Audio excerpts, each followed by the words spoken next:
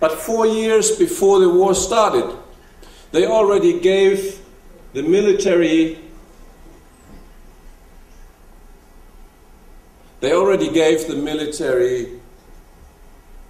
the decisive technology to win this war. How? The same chemical industry managed to create bombs from air. 70% of air is nitrogen.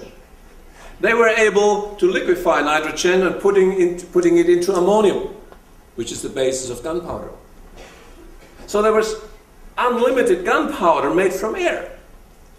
A dream for everyone who wanted to start a war. So not only did they have the goal for global conquest, they also provided the technology to win it. Fritz Haber, BASF. So 4 years before the cartel launched its first attempt at world conquest, in coalition with the German Emperor and the Wehrmacht, they knew how to produce bombs from air. And of course, not surprisingly, Fritz Haber became the coordinator of these efforts within the German War Ministry, with a specific task to produce enough ammonium to win this war and to provide other synthetic materials essential to continue the war.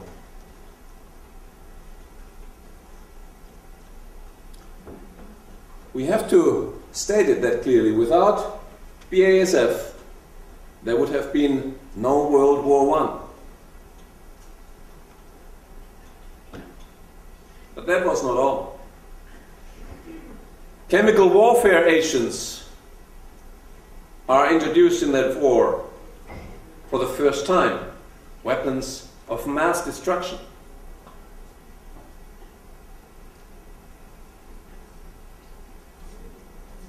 The patent owners of mustard gas and other chemical warfare agents are who? Bayer. They produced the gas needed to win the war when the bombs were not sufficient. The war that aimed at expanding their markets.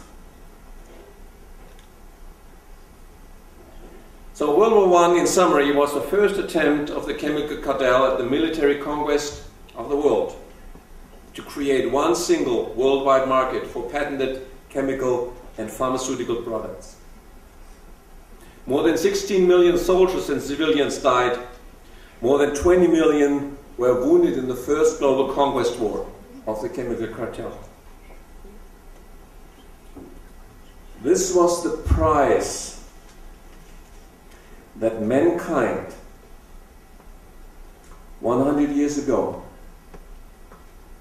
did not possess, did not have the analysis that we, the speakers tonight, are giving you. And if you don't know,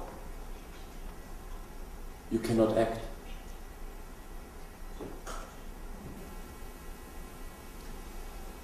Eight years after that war failed to reach its goals, they did not give up. To the contrary, they formally united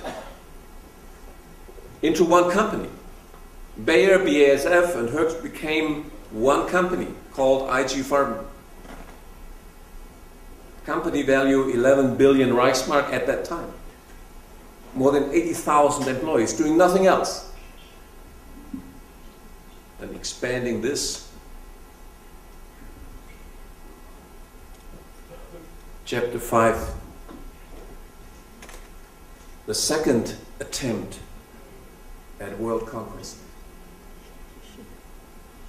From the early 1930s, IG Farben invests in the Nazis as part of their second strategy of world conquest. This is the headquarters of IG Farben in Frankfurt, Germany. These are documents from the Nuremberg War Crimes Tribunal more than 80 million Reichsmark paid by Bayer, BASF and Höchst to the Nazi parties prior to them coming to power.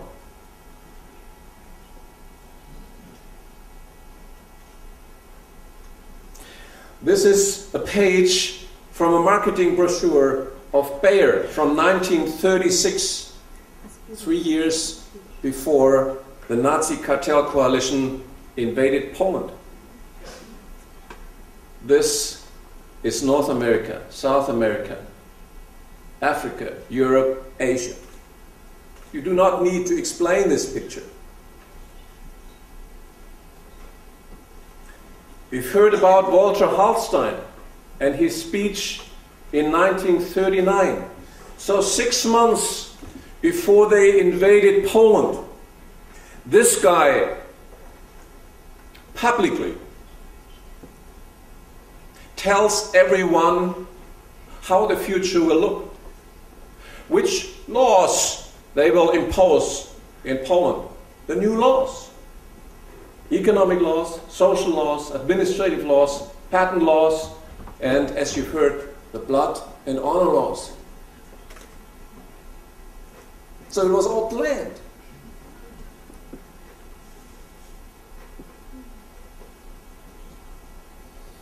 One of the central elements of their strategy was the so-called Grand Plan East, in German Generalplan Ost. It was very simple. Germany was the cartel's economic and political headquarters. And Eastern Europe and the rest of the world was a reservoir of dependent consumers and slave laborers. That was the plan.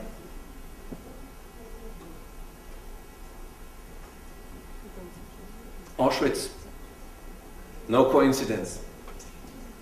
A concentration camp 7 kilometers from the largest IG Farben factory at that time.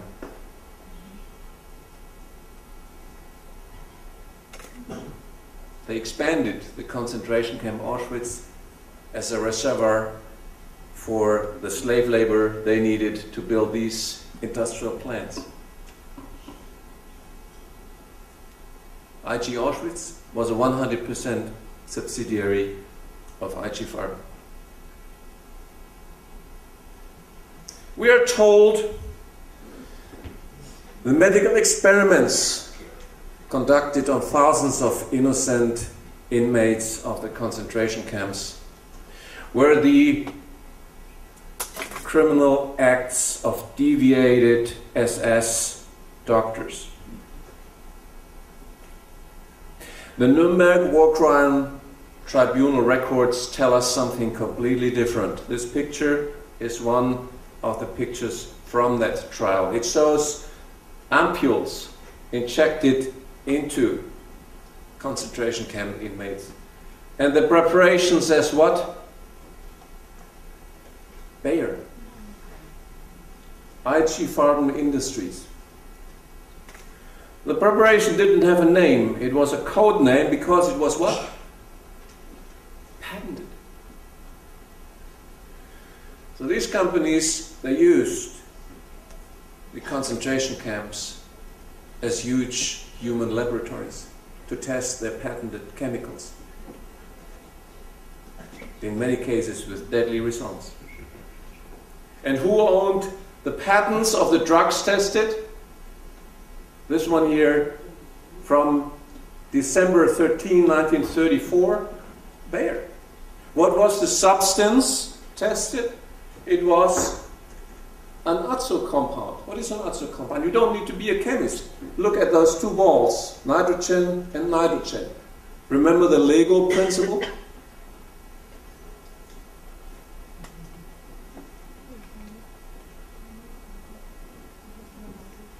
Cyclone B used to kill millions in the KZ gas chambers. Who was supplied by the IG Farben subsidiary Degisch. After World War II, Danish executive Carl Worcester became head of the new BASF. He didn't end up in prison for what he did. He was made captain of one of the flagships of post-war chemical BASF.